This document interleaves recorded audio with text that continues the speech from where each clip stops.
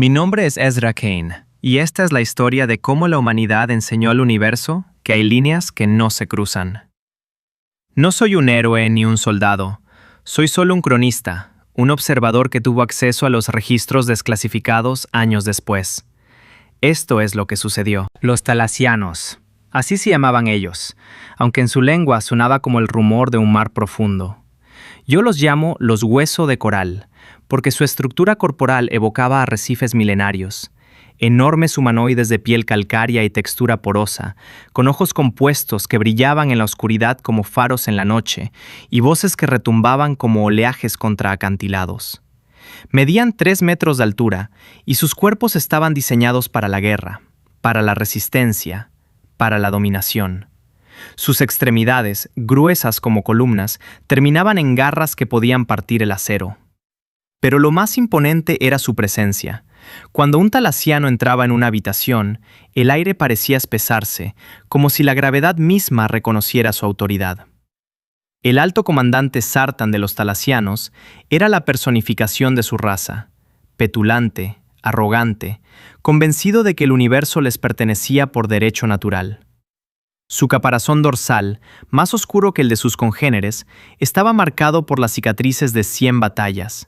Sus ojos, de un azul fosforescente, miraban siempre por encima del hombro, como si el resto del universo fuera indigno de su atención. Su especie no se reproducía como nosotros. Ellos se dividían. Una célula madre duplicaba su ADN y generaba un nuevo individuo, ya programado genéticamente para un propósito. Guerreros, obreros, técnicos, científicos. No conocían la infancia, no entendían el concepto de crecer. Para ellos, un ser venía al mundo completo, funcional, listo para servir al colectivo. Los guerreros nacían con el instinto de matar, los obreros con la necesidad de construir, los científicos con la obsesión de conocer. Era una sociedad perfecta, eficiente, implacable. Por eso, cuando Sartan miró hacia los territorios fronterizos de la humanidad, no vio más que recursos esperando ser tomados. Los humanos eran débiles, fragmentados, con ese extraño hábito de criar a sus crías durante décadas antes de que fueran útiles. ¡Qué desperdicio de energía! ¡Qué ineficiencia tan conmovedora! Tomaremos el planeta que llaman Arcadia, anunció Sartan ante el Consejo de Ancianos, su voz retumbando en las cámaras de piedra. Desde allí controlaremos sus rutas comerciales y, lo más importante, tendremos acceso directo a sus colonias interiores con un gasto mínimo de recursos. Es la llave que abre la puerta de toda su expansión en este sector. Sus mundos más ricos, más poblados, más indefensos, estarán a nuestro alcance como fruta madura. Los hologramas mostraban la posición estratégica. Arcadia era el eje que conectaba una docena de mundos humanos. Desde allí, cualquier flota podía proyectar poder en todas direcciones, con un consumo energético reducido en un 60%. Otras razas interestelares intentaron disuadirlo. Los Kryn, pacifistas ancestrales de piel iridiscente, advirtieron sobre la terquedad humana. Los Velorianos, comerciantes neutrales con sus cuerpos etéreos, sugirieron negociar. Sartan los ignoró a todos con un gesto desdeñoso de su garra. En los planetas talasianos, las plazas se llenaron de hologramas de Sartan alzando sus puños de guerra. La población, miles de millones de seres divididos en sus funciones, vitoreaba con una voz colectiva que retumbaba en el espacio. Solo unos pocos, los más viejos, los que recordaban guerras pasadas contra razas que también habían subestimado, guardaron silencio. Pero nadie los escuchó. En una sociedad perfecta, no hay espacio para la duda. La masacre. La flota llegó como una tormenta de metal y fuego sobre Arcadia. 300 naves de guerra, cada una del tamaño de una ciudad, emergieron del pliegue espacial como ballenas surgiendo de un océano oscuro. Eran hermosas y terribles, negras como el espacio entre estrellas, con superficies que parecían talladas en obsidiana, y propulsores que ardían con la furia de soles moribundos. El bombardeo orbital duró 6 horas. Los talasianos no discriminaban. Para ellos, un humano pequeño no era diferente de uno grande. Todos eran igualmente prescindibles, igualmente inferiores. Cuando las naves de desembarco tocaron suelo, los soldados de piedra arrasaron con todo lo que encontraron. Sus cañones de plasma convertían en cenizas los edificios, sus garras destrozaban los refugios, sus ojos compuestos registraban cada movimiento sin piedad. La defensa humana fue heroica, pero inútil. 100.000 colonos, apenas 600 efectivos de protección planetaria, resistieron con fusiles de plasma y desesperación. Cayeron uno tras otro, pero cada caída costaba tiempo y sangre talasiana. Los informes talasianos, que más tarde serían interceptados, hablaban de una resistencia irracional, más allá de toda lógica militar. No entendían que los humanos no luchaban por estrategia, sino por algo que ellos no podían comprender. Lo peor fue el complejo educativo de Arcadia. 400 niños, de 3 a 12 años, refugiados en los sótanos diseñados para tormentas planetarias. Los talasianos detectaron sus signos vitales a través del suelo. El oficial al mando, un guerrero llamado Craxus, consultó con Sarthan. «Son crías», dijo Craxus. «No representan amenaza». «No importa», respondió Sarthan. «Elimínalos». Las crías humanas crecen y se convierten en soldados. Es más eficiente ahora que después. Abrieron el techo del refugio con un cañón de partículas y lanzaron gases neutros. No hubo dolor, dijeron después los informes. Los niños simplemente se durmieron y no despertaron. Pero eso no importaba. Lo que importaba es que 400 vidas que apenas habían comenzado se apagaron en cuestión de minutos. Cuando terminó, no quedaba nada. Solo cenizas y silencio, y el viento que soplaba entre las ruinas. Pero antes de morir, la oficial de comunicaciones humana, una teniente llamada Sandoval, alcanzó a enviar un mensaje. Su nombre de pila se perdió en la historia, pero su acción perdura. Con su último aliento, mientras el aire se escapaba de su compartimento sellado, activó la transmisión de emergencia. Imágenes, datos, nombres, todo lo que había captado desde el inicio del ataque. La Tierra lo recibió todo. La respuesta. La sesión del Congreso Unificado de la Tierra duró 3 minutos. El presidente, Alejandro Valenzuela, un hombre de 62 años, de complexión robusta y manos que aún recordaban el trabajo en el campo, escuchó el informe, vio las imágenes. Luego miró a los presentes. Los representantes de todos los continentes, de todas las culturas, de todas las ideologías que alguna vez dividieron a la humanidad. En sus ojos había lágrimas, pero también algo más. Una determinación fría, antigua, que venía de los tiempos de las cavernas, cuando los humanos aprendieron que para sobrevivir había que ser más feroces que las bestias. «Convoquen a los almirantes», dijo. No hubo debates, no hubo votaciones. Había un solo objetivo: justicia. Los 5 almirantes de las flotas terrestres acudieron de inmediato. Cada uno lideraba una especialidad, cada uno había sido elegido tras décadas de servicio. Cada uno llevaba en la sangre la misma determinación. Almirante Rodrigo Romero, flota de ataque pesado. 60 años cumplidos, aunque aparentaba menos por la energía que desprendía. Medía apenas 1,68 metros y corrían rumores de que casi no ingresa a la academia por su estatura. Pero lo que le faltaba de altura le sobraba en presencia. Era un hombre que había vivido abriéndose paso a codazos en un mundo que constantemente lo subestimaba. Sus ojos eran de un marrón oscuro, casi negro, con una intensidad que incomodaba. Su complexión, aunque no corpulenta, era maciza, de esas que se forjan con años de entrenamiento sin descanso. Sus manos, pequeñas para un militar, estaban cubiertas de callosidades y pequeñas cicatrices. Vestía el uniforme estándar de la flota: chaqueta azul marino con cuello alto, pantalones del mismo color, botas negras relucientes. La única insignia en todo el uniforme era el emblema de la Tierra unificada sobre el pecho izquierdo, rodeado por un anillo dorado que simbolizaba la órbita. No había rangos visibles, no había condecoraciones. En la flota unificada, todos sabían quién era quién. Romero era conocido por decir que la mejor defensa es un ataque que el enemigo no olvide. Sus naves eran las más grandes, las más blindadas, las más temidas. Pero detrás de esa fachada de dureza, quienes lo conocían sabían que cada noche revisaba las listas de bajas, que conocía el nombre de cada soldado caído bajo su mando, que cargaba con ellos como una cruz invisible. Almirante Diego Castillo, Flota Táctica y Estrategia, 48 años.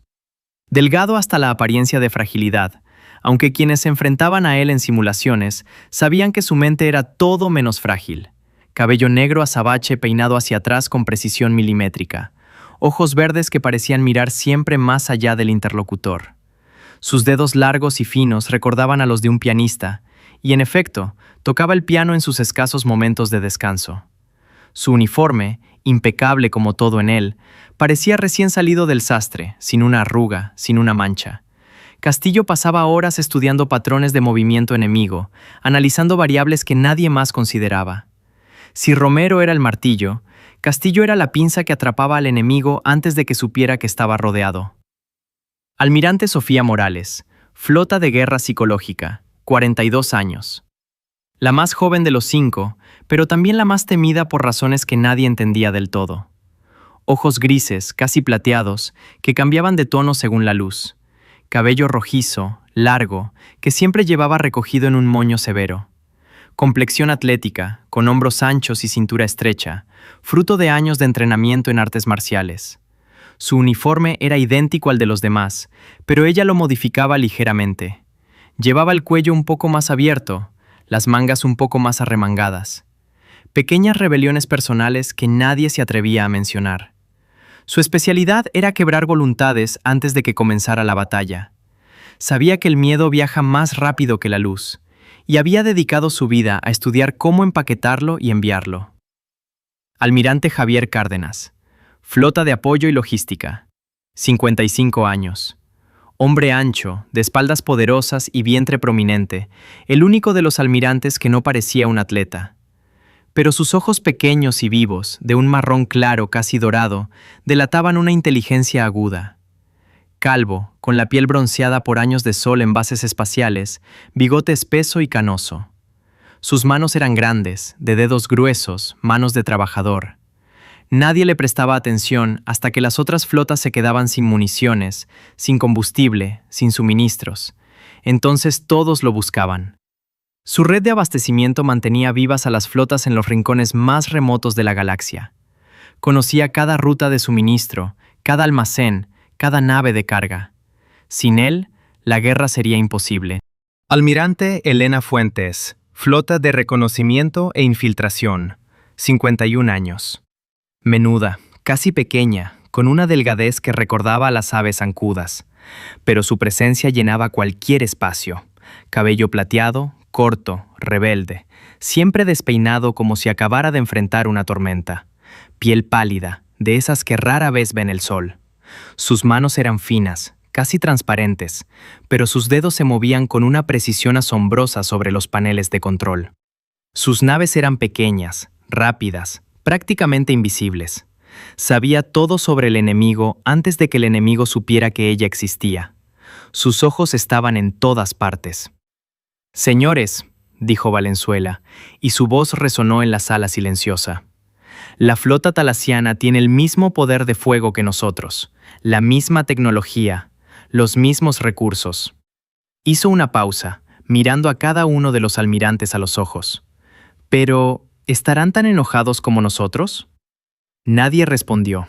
No era necesario. «Quiero ese planeta de vuelta», continuó, «y quiero que el mensaje sea claro.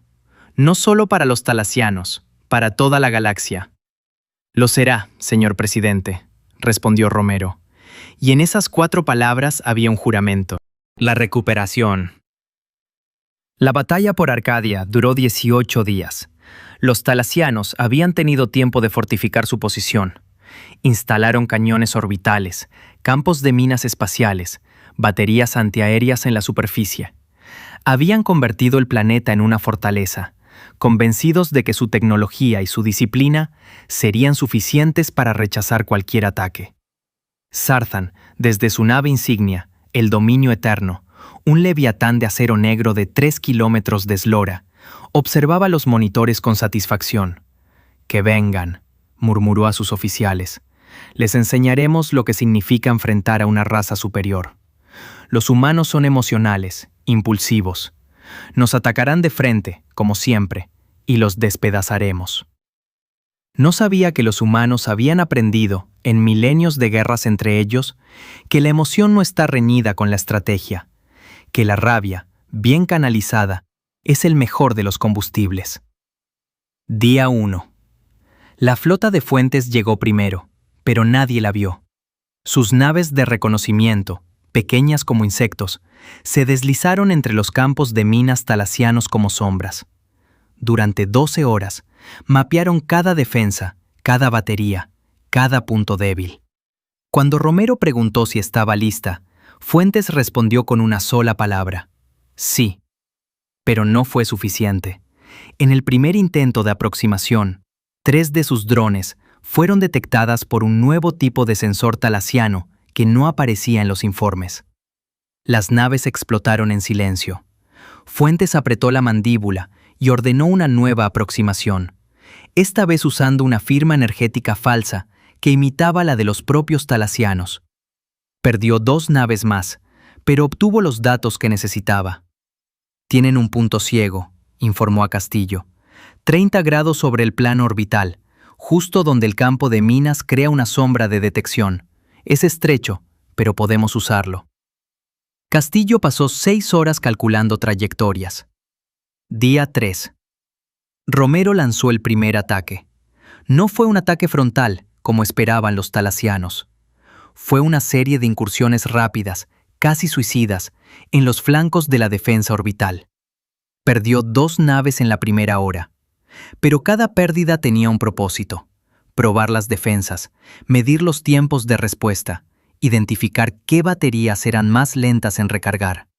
Mientras tanto, Cárdenas trabajaba contrarreloj. Las naves de Romero consumían munición a un ritmo alarmante, y las rutas de suministro eran constantemente interceptadas por patrullas talasianas. Tuvo que idear una red de pequeños transportes automatizados, cientos de ellos, que viajaban por separado y se reagrupaban en puntos de encuentro secretos. Perdió 43 en los primeros días, pero las naves de combate nunca se quedaron sin munición. «No sé cómo lo haces», le dijo Romero en una comunicación privada. «Tampoco sé cómo haces tú lo que haces», respondió Cárdenas. «Así que estamos iguales». Día 7. La flota de Castillo ejecutó su primera maniobra compleja. Usando los datos de Fuentes, diseñó una aproximación que llevaba a las naves de Romero directamente a través del punto ciego talasiano. Pero no era un ataque directo, era una finta. Mientras Romero atraía la atención de las baterías principales, una pequeña fuerza de infiltración, naves camufladas, con motores silenciados, se deslizó hacia la superficie del planeta. El objetivo: destruir los generadores de escudo que protegían la base principal talasiana. La misión fue un éxito parcial. Los generadores fueron destruidos, pero a un costo alto. De las 12 naves de infiltración, solo 6 regresaron. El resto fue detectada en el último momento y desintegrada. Castillo, al recibir el informe, permaneció en silencio durante 10 minutos. Luego ordenó: «Prepárenle una lista con los nombres. Los voy a leer personalmente cuando esto termine». Día 10. Morales activó su arma más poderosa. No era un cañón, ni una bomba, ni un misil. Era una transmisión.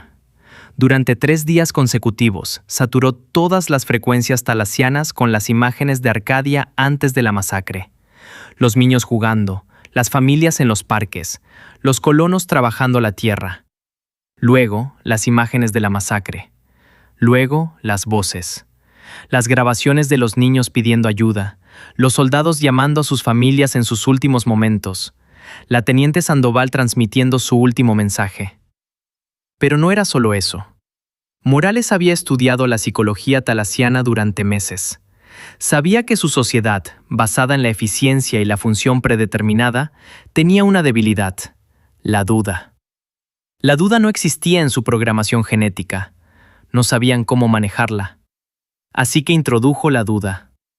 Las transmisiones no solo mostraban la masacre, mostraban a Sartan dando la orden. Mostraban a los oficiales talasianos obedeciendo sin cuestionar. Y luego, sutilmente, insertaban preguntas. ¿Y si nos equivocamos? ¿Y si estos humanos son más de lo que creemos?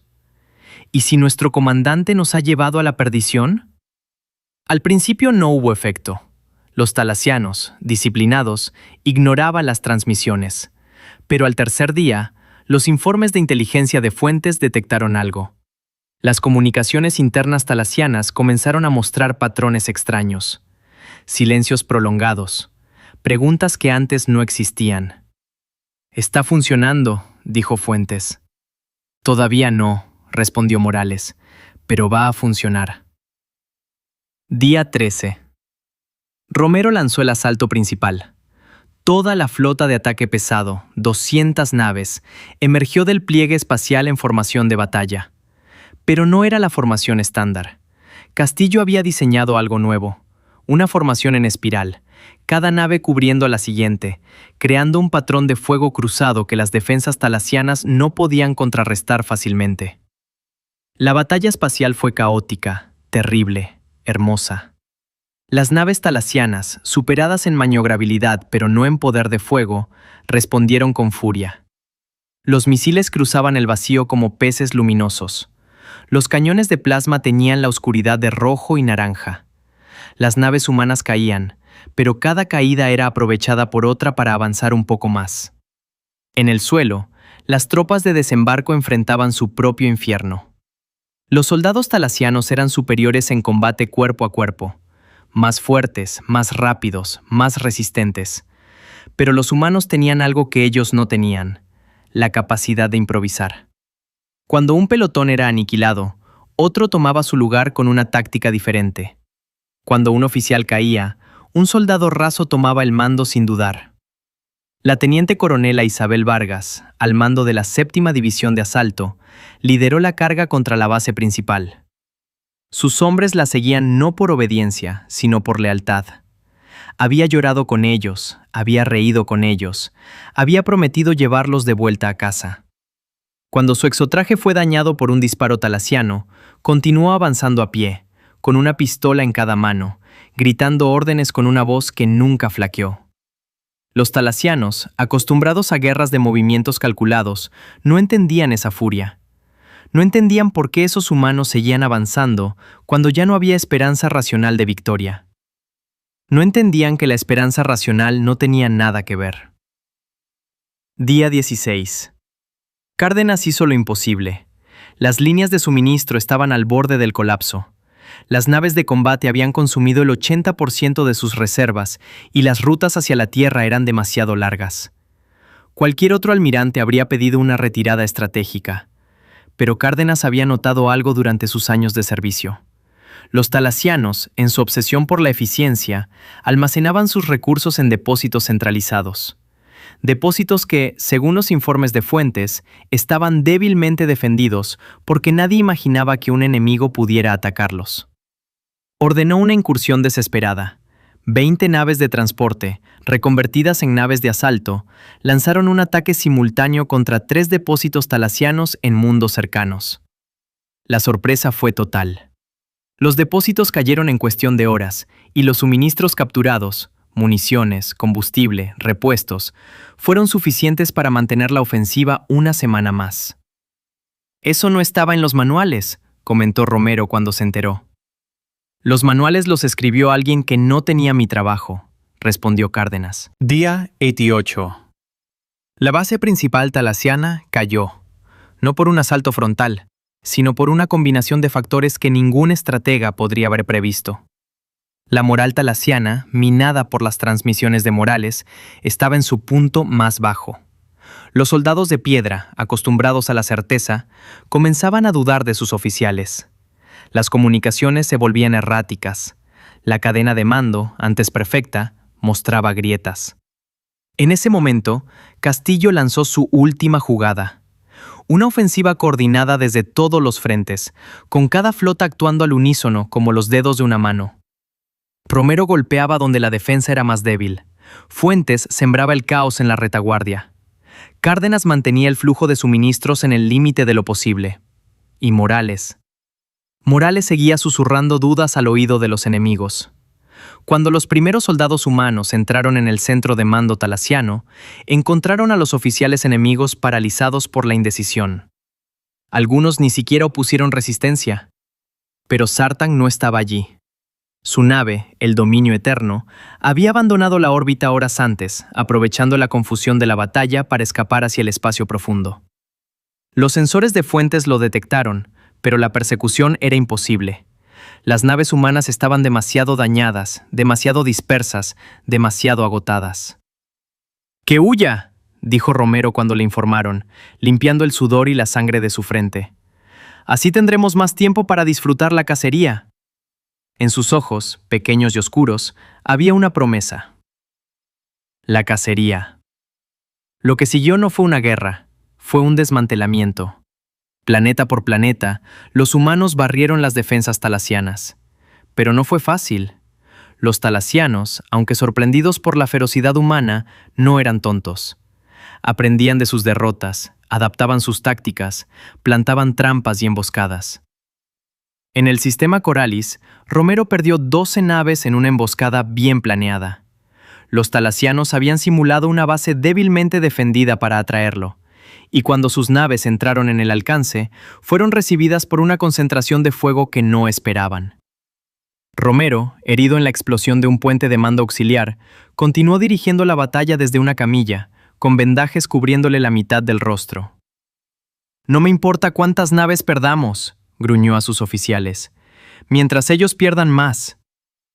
En el sistema Talasa Prime, Castillo se enfrentó a su mayor desafío, un genio militar talasiano llamado Bor, que había estudiado las tácticas humanas y desarrollado contramedidas para cada una.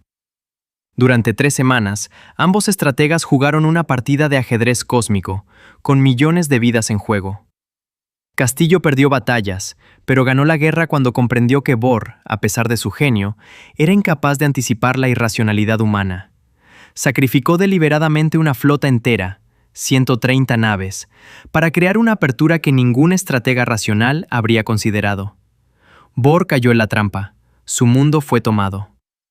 En el sistema oscuro, donde los talasianos habían establecido una base de guerra psicológica para contraatacar a Morales, fue ella quien contraatacó primero. Sus naves, equipadas con proyectores de hologramas, crearon ilusiones de flotas enteras, de planetas destruidos, de líderes traicionando a sus pueblos. Los talasianos, que basaban su sociedad en la certeza de los sentidos, enloquecieron. Muchos se suicidaron, otros se entregaron. La base cayó sin un solo disparo. Fuentes, mientras tanto, tejía una red de información que cubría todo el espacio talasiano.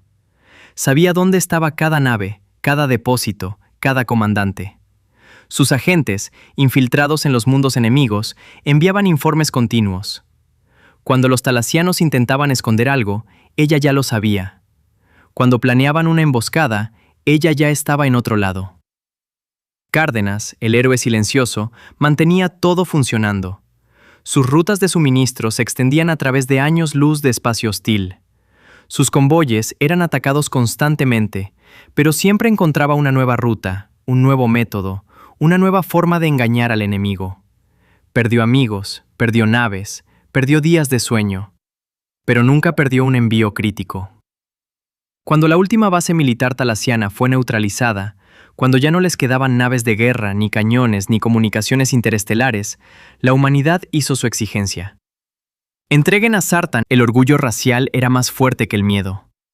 Fue entonces cuando intervinieron las sombras. Las sombras. Nadie sabe quiénes son realmente las sombras. Ni siquiera yo, después de investigar durante años, pude encontrar sus nombres verdaderos.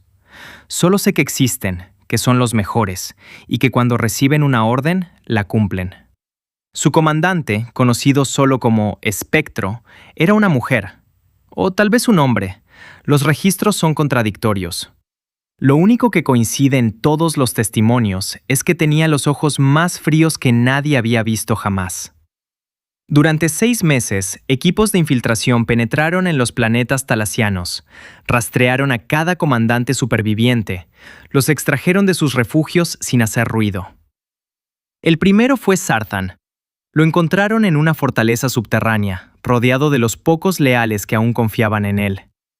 La fortaleza tenía muros de 5 metros de espesor, sensores de movimiento, guardias armados las 24 horas. No importó. Una noche simplemente desapareció. Sus guardias despertaron con un dolor de cabeza y la certeza de que algo horrible había sucedido, pero no recordaban qué. Los sistemas de seguridad no mostraban intrusiones. Las cámaras, por alguna razón, habían grabado estática durante 6 horas. Zartan despertó flotando en la nada. Uno por uno, los comandantes fueron capturados, 27 en total. Todos los responsables de la masacre. Mientras tanto, en el borde más lejano del espacio terrestre, en un planeta sin nombre que los mapas oficiales llamaban simplemente Instalación 7, se construían las celdas. Salas grandes, vacías, con proyectores holográficos de última generación incrustados en cada superficie. Gravedad artificial ajustable. Sistemas de soporte vital que mantendrían con vida a los prisioneros aunque ellos quisieran morir. No habría paredes, no habría límites. Solo un vacío infinito creado por luces tenues y la ausencia total de estímulos sensoriales. La temperatura se ajustaba exactamente a la del cuerpo del prisionero, para que no pudieran sentir ni frío ni calor. La ingravidez eliminaba la sensación de suelo o techo. Filtros especiales eliminaban cualquier olor, cualquier sonido, cualquier sensación táctil. El infierno estaba listo, y estaba diseñado por humanos.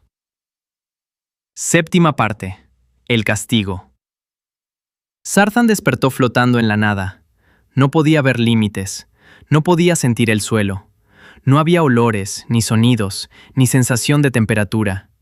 Solo una luz tenue, difusa, que parecía extenderse hasta el infinito en todas direcciones. ¿Dónde estoy?, gritó. No hubo respuesta, no hubo eco, no hubo nada. Pasaron horas, o días, o semanas. El tiempo no existía allí. Su mente, acostumbrada a estímulos constantes, a la certeza de los sentidos, comenzó a tambalearse. De repente, una pantalla holográfica se encendió frente a él. O tal vez eran varias, no podía saberlo. Estaban en todas partes. «Noticias desde el frente», dijo una voz neutra, sin emoción, sin identidad. «La humanidad continúa su ofensiva». Vio su planeta natal, Thalassa Prime. La ciudad capital, con sus torres de piedra que se elevaban hacia el cielo, las vio explotar, una tras otra. Vio a los suyos correr por las calles, caer bajo el fuego humano, ser reducidos a cenizas. Vio el fuego consumirlo todo, vio los edificios derrumbarse, vio los cuerpos amontonarse. «¡No!», gritó. «¡Mentiras! ¡Esto es mentira!». Pero las imágenes continuaban, planeta tras planeta, civilización talasiana siendo borrada del universo. Cada detalle, cada edificio, cada campo, cada ser vivo. Los hologramas mostraban la destrucción minuciosa de todo lo que su raza había construido durante milenios. Vio a los niños talasianos, aunque ellos no tenían niños, solo pequeños guerreros en formación, ser ejecutados.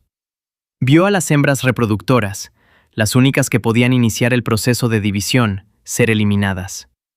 Vio la última esperanza de su especie apagarse. Pasó por todas las etapas. Primero fue la rabia. Golpeó el vacío con sus puños, pero no había nada que golpear. Gritó hasta que su voz se quebró, pero no había quien lo oyera. Luego la impotencia. Se encogió sobre sí mismo, tratando de ignorar las imágenes, pero estaban en todas partes. Cerraba los ojos y las veía en sus párpados. Se tapaba los oídos y las oía en su mente. Luego el miedo, un miedo frío, profundo, que nunca había experimentado. Miedo a la muerte, sí, pero más aún, miedo a la soledad eterna, a ser el último, a no tener a nadie que lo recordara. Luego el dolor, un dolor físico, real, que le atravesaba el pecho. El dolor de perderlo todo. Luego la culpa. Las imágenes de sus propias órdenes, de los niños humanos muriendo, se mezclaban con las de su propio pueblo. ¿Era esto lo que ellos habían sentido? ¿Era este el precio de su arrogancia? Luego los deseos de venganza. Juraba que si salía de allí, mataría a cada humano con sus propias manos. Pero las imágenes seguían, y la venganza se desvanecía en la nada. Luego más rabia, luego más dolor, luego nada. El despertar. Zartan abrió los ojos y vio el sol, un sol real, cálido. Sintió el suelo bajo sus pies, tierra, polvo, pequeñas piedras. Oyó viento, un susurro suave que movía algo que parecían hojas. Olfateó el aire. Olía a su planeta, a su ciudad, a su hogar. Olía a vida. Miró a su alrededor y vio a los suyos. Cientos, miles de talasianos que lo miraban con terror. ¿Qué ha pasado?, preguntó. Su voz sonaba extraña, cascada, como si no la hubiera usado en mucho tiempo. Uno de los suyos, un anciano que recordaba de su juventud, había sido su instructor en tácticas de guerra, se acercó temblando. El anciano, llamado Barn, tenía el caparazón agrietado por los años, los ojos nublados, pero aún conservaba la dignidad de su rango. «Han vuelto», dijo Barn. «Todos ustedes. Aparecieron aquí esta mañana. En el centro de la plaza. No sabemos cómo. Pero ustedes estaban. Nosotros creíamos que...» No terminó la frase. No hacía falta. Zarzan entendió entonces. Nunca había sido el último. Su raza existía, su planeta estaba intacto. Todo lo que había visto durante ese tiempo interminable era mentira, una ilusión, un castigo diseñado para romperlo. Miró sus manos, manos que habían ordenado la masacre, manos que habían huido como un cobarde, manos que ahora temblaban como las de un anciano. Miró a su alrededor y vio a los otros comandantes. Estaban todos allí, 27 seres rotos, con la mirada perdida, algunos llorando sin lágrimas, otros completamente catatónicos. Los humanos los habían devuelto, todos juntos, como un mensaje. Los talasianos que los rodeaban no sabían qué hacer. Algunos miraban con odio, otros con miedo, otros con lástima. Los mismos que antes vitoreaban a Zarzan en las plazas ahora susurraban entre ellos, señalándolo con dedos acusadores. «Miren lo que hizo», decían, «miren a lo que nos redujo». Los humanos habían cumplido su promesa, habían desmantelado toda capacidad bélica talasiana. No quedaban naves, ni armas, ni comunicaciones interestelares. Los satélites que orbitaban sus planetas eran mudos, ciegos, inútiles. Su raza estaba condenada a vivir en sus mundos, sin poder salir jamás, sin poder recuperar la tecnología perdida. Y en el centro de la ciudad principal de cada planeta había una placa, una enorme estructura de metal indestructible, de 10 metros de altura, con medidas de autoprotección que impedían dañarla. Generaba un campo de energía que repelía cualquier ataque, cualquier intento de destrucción. En ella, grabado en todos los idiomas de la galaxia, incluyendo el talasiano, se leía: «Con los niños no». Pero los talasianos no podían preguntar a otras razas qué significaba eso. No tenían comunicaciones interestelares. Estaban solos. Durante semanas, la frase fue un misterio. Los ancianos debatían. Los científicos, ahora sin tecnología que estudiar, especulaban. Los guerreros, sin guerra que librar, se preguntaban qué clase de mensaje era ese, hasta que alguien tuvo una idea. Los humanos, al desmantelar la tecnología talasiana, habían dejado intactos ciertos archivos, no por descuido, sino deliberadamente. En los registros de la Biblioteca Central de Talassa Prime, entre documentos sobre agricultura, historia y ciencia, había una sección completa sobre los humanos, y dentro de esa sección un archivo titulado «Conceptos fundamentales de la sociedad humana». Los talasianos lo encontraron por casualidad mientras buscaban información sobre cómo cultivar nuevos alimentos sin la tecnología que habían perdido. El archivo contenía descripciones detalladas de todo lo que los humanos consideraban esencial: familia, amor, arte, muerte y niños. La entrada sobre niños ocupaba cientos de páginas. Explicaba el proceso de gestación, el nacimiento, la crianza, la educación. Hablaba de la vulnerabilidad de las crías humanas, de su dependencia total durante años, de la inversión emocional y material que los humanos hacían en cada una de ellas. Y luego, al final del archivo, una nota.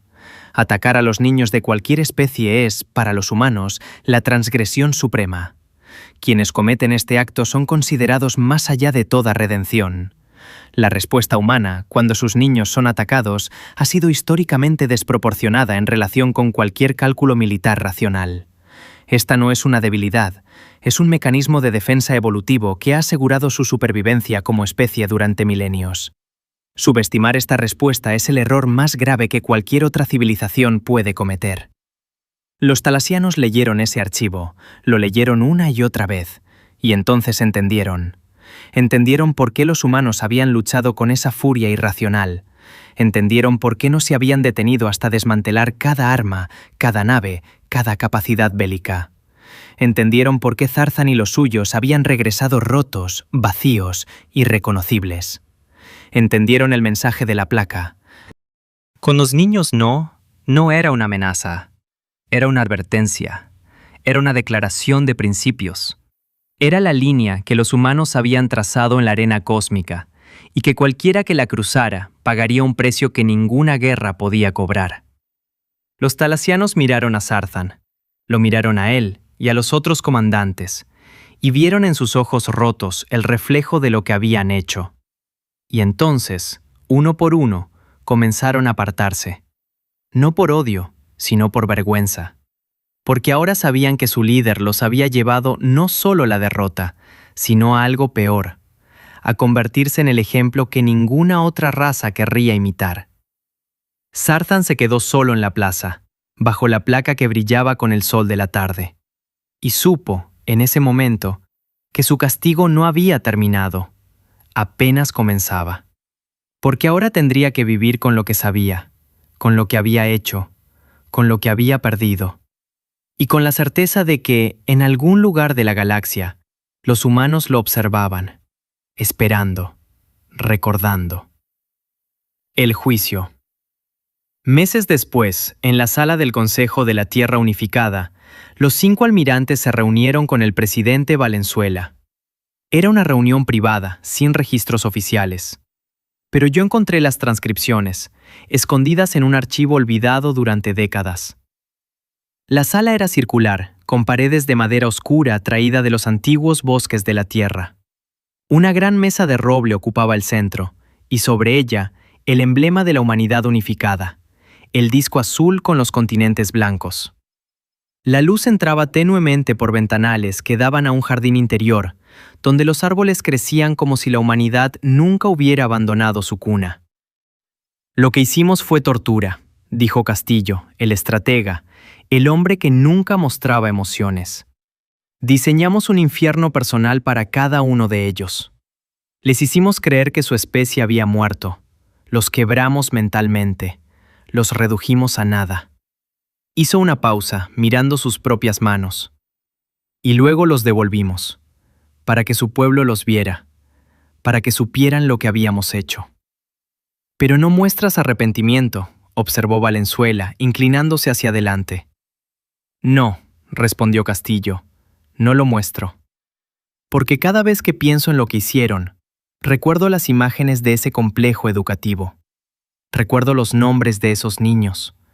Recuerdo que tenían edades, familias, sueños.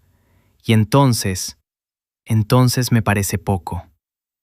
Morales, la especialista en guerra psicológica, habló por primera vez. Sus ojos grises parecían más plateados que nunca bajo la luz de la sala. Sabía exactamente lo que hacía cuando diseñé el protocolo de aislamiento, dijo con voz tranquila. Estudié su psicología durante meses. Sabía que los rompería. Sabía que sufrirían. Sabía que saldrían de allí como cáscaras vacías. Y aún así lo hice. Pregúntenme si me arrepiento. ¿Te arrepientes?, preguntó Valenzuela, aunque ya conocía la respuesta. No, pero tampoco estoy orgullosa. Hice lo que tenía que hacer para que el mensaje fuera claro, para que ninguna otra raza se atreva jamás a repetir su error. Si eso me convierte en un monstruo, que así sea. Prefiero ser un monstruo a que vuelva a suceder. Romero, el hombre pequeño que había tenido que abrirse paso a codazos toda su vida, golpeó la mesa con su puño calloso. Sus ojos oscuros brillaban con una intensidad que hacía retroceder. Yo sí estoy orgulloso, dijo, y su voz retumbó en la sala. Les mostramos quiénes somos. Les mostramos que no olvidamos, que no perdonamos. Que si vienen en son de paz, serán bienvenidos. Compartiremos nuestra tecnología, nuestra cultura, nuestro alimento. Pero si vienen a lastimar a nuestros niños, no importa cuánto tarden, no importa dónde se escondan, los encontraremos. Y el castigo será creativo. Se reclinó en su silla y por un momento su pequeña estatura pareció llenar toda la habitación. Tenía 7 años. Se llamaba Ana. Así que no me hablen de tortura. No me hablen de lo que es justo o injusto. Yo solo sé que cuando veo a esos talasianos rotos, no siento lástima. Siento que Ana, de alguna manera, puede descansar. Cárdenas, el hombre ancho de bigote canoso, asintió lentamente. Sus ojos pequeños y dorados estaban húmedos. Yo también perdí gente, dijo. Mi hijo estaba en la flota de suministros que atacaron en los primeros días.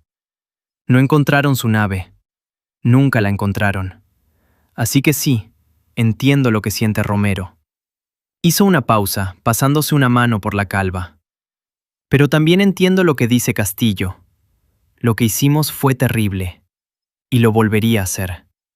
Esa es la parte que no puedo reconciliar. No sé si eso me convierte en un buen hombre o en un monstruo. Tal vez las dos cosas. Fuentes, la más silenciosa de todos, habló por fin. Sus ojos negros, profundos como el espacio, miraron a cada uno de los presentes. Mis espías me trajeron información, dijo, de los talasianos, de lo que pasó después. Todos la miraron. Encontraron los archivos, los que dejamos a propósito en su biblioteca. Ahora saben que son los niños. Ahora entienden por qué. ¿Y? Preguntó Valenzuela. Sartan está encerrado en su propio planeta. Sus hermanos lo culpan por todo. Lo mantienen en una celda, no por castigo, sino por protección, porque hay talasianos que quieren matarlo, y otros que quieren otras cosas. Hizo una pausa. Los otros comandantes están dispersos. Algunos se suicidaron. Otros viven como ermitaños, escondidos. La sociedad talasiana se está desintegrando. Sin guerra, sin conquista, sin propósito, no saben qué hacer. Están aprendiendo a hacer algo que nunca fueron, pacíficos. Y no les está yendo bien. Lo que hicimos quedará en los registros. No lo borraremos. Que las futuras generaciones sepan lo que somos capaces de hacer cuando nos empujan demasiado lejos. Que juzguen ellos si fue correcto o no. Pero por ahora el mensaje está dado. Hubo un largo silencio. Finalmente, Castillo habló de nuevo. Presidente, ¿esto termina aquí? ¿O habrá más? Valenzuela lo miró largamente. Eso depende de ellos, respondió. Depende de si aprenden la lección. Depende de si alguna otra raza decide que los humanos somos presa fácil. Depende de si algún otro comandante arrogante mira nuestros mundos y ve solo recursos. Hizo una pausa. Pero por ahora, sí. Por ahora, esto termina aquí. Volvamos a casa. Volvamos a nuestros hijos, a nuestros nietos, a nuestras vidas. Y recordemos siempre por qué luchamos. Los 5 almirantes asintieron. Uno por uno, salieron de la sala. Afuera, el sol de la tierra brillaba sobre ellos. Epílogo. Mi nombre es Ezra Kane. He pasado años investigando esta historia. Hablé con supervivientes de Arcadia, con los pocos que lograron escapar porque ese día no estaban en el planeta. Hablé con soldados que lucharon en la recuperación, con oficiales que planearon las estrategias, con políticos que aprobaron las decisiones. Incluso intenté hablar con Sartan, pero los talasianos lo mantienen encerrado en una celda en su propio planeta. Sus propios hermanos lo culpan por lo que pasó. Prefieren olvidar que alguna vez lo vitorearon. Nadie sabe qué pasó realmente en esas instalaciones del borde del espacio. Los registros fueron sellados por orden del Consejo. Solo los almirantes y el presidente conocen la verdad completa. Y ellos, cuando les pregunté, se negaron a hablar. Pero yo vi los ojos de Sartan en un registro médico desclasificado. Vi el vacío en su mirada. Vi a un ser que había perdido algo más que una guerra. Había perdido su identidad, su orgullo, su voluntad. Había perdido todo lo que era. Y supe entonces que los humanos, los mismos que lloraron a sus niños muertos, los mismos que exigieron justicia, Los mismos que construyeron un imperio sobre la base de proteger a los suyos, habían hecho algo terrible. Pero también supe que, si volviera a suceder, lo harían de nuevo. Porque esa es nuestra naturaleza. Somos capaces de lo mejor y de lo peor. Amamos con una intensidad que asusta. Protegemos con una ferocidad que aterra. Y cuando lastiman a los nuestros, no hay límite que no estemos dispuestos a cruzar. Las otras razas aprendieron esa lección. Los talasianos la aprendieron de la peor manera posible. Y en cada planeta talasiano, en cada mundo que alguna vez alzó la voz para vitorear la masacre, hay una placa que lo recuerda. Con los niños, no. Los niños, esa palabra que ellos no entendían. Esa palabra que ahora conocen demasiado bien, no porque nadie se la explicara, sino porque la encontraron en los archivos que los humanos, con una crueldad exquisita, dejaron para que la descubrieran. Ezra, Cain, Archivos Históricos de la Tierra Unificada. 23 de octubre de 2478.